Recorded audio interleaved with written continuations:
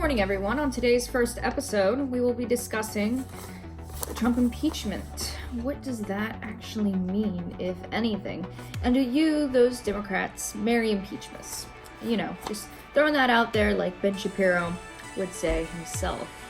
But first, with this being the first episode, I think that it would be good to discuss this channel, what it's going to be about and whatnot.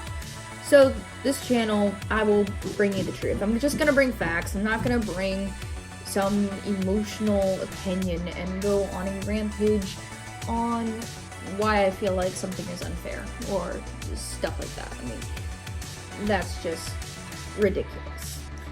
I will invite others to this channel, interviewing people, talking about different subjects.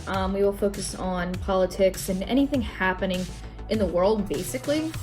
You know, always down below, put down a subject that you want. Also down the road, I'm going to do a Q&A video where basically everybody just asks me a bunch of questions and I'll answer them and go through them. Next episode, I'll bring someone on, definitely, I think. So yeah.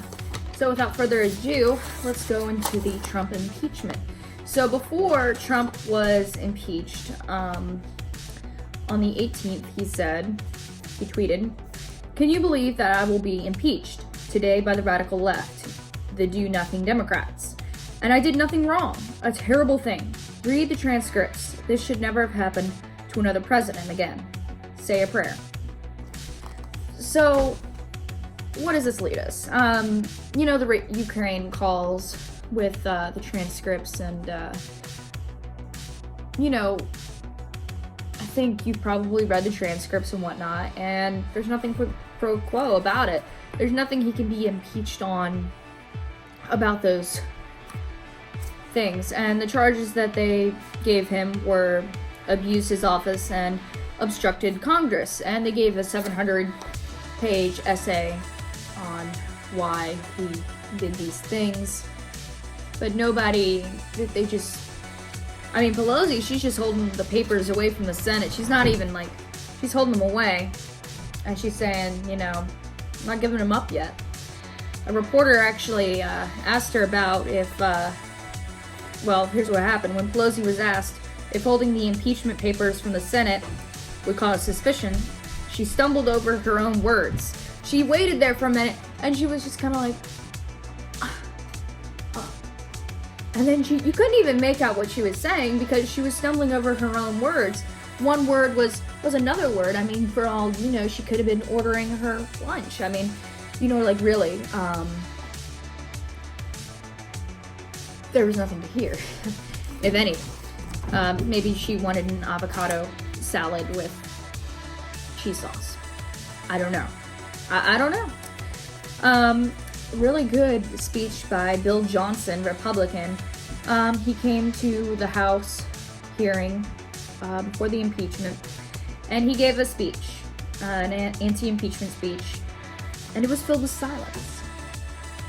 And he said, essentially, he said that the charges, this is what he has to say about the charges against the president, that these are what he did to gain those charges, and he just stood there.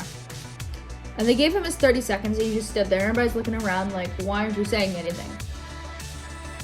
Why aren't you saying anything? And he does nothing, and they tell him 30 seconds is up. He leaves, and that's it. But it made a point, you know, that what he did wasn't anything.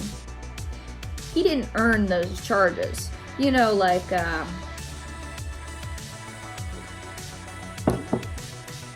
you know, it's just slander.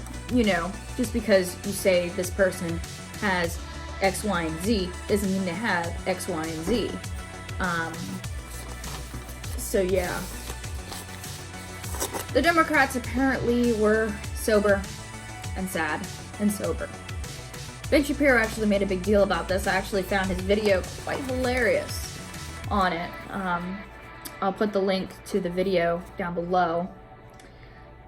With Rashida Tlaib laughing. She had a video, and as she was on the way with some other Democrats to the House to vote for impeachment, She was just laughing and saying that she'd been waiting for this day, you know, and psyched, you know, like, bro, can't wait, you know? Like, really. What has he done to hurt you? I mean, I can't really find anything. Here are some of Trump's accomplishments. These are, like, not even a drop in the bucket compared to what he has done. So keep that in mind. But here we go. Women's unemployment, 50-year low. Consumer confidence, 17-year high. Black unemployment, lowest ever. Manufacturing jobs, 454,000. Jobs added, 4 million. Unemployment rate, 50-year low. And goes after the media. I think out of everybody that was going Republican, at the very least the Republicans that in 2016 that were going for president, none of them would have gone after the media like Trump did. I mean, honestly, I think it's really great that he goes after the media. I mean, the media is basically where the public forms their opinion. This is, you know, there's a poster on the wall, and that's your only form of information. You're gonna believe the poster on the wall. Does it make it right? No, but is that what's gonna happen? Pretty much. I mean, CNN used to be, you know, everybody considered, it used to be all over the airports because everybody thought it was the middle ground. It wasn't right, it wasn't left, it was just right. Right down the middle. It was like a little bit of each. It turns out it was pretty darn far left. Well, I'll be darned. Quite interesting. The Democrats have a way of making fools of themselves. One time I actually wore a MAGA hat in a Costco.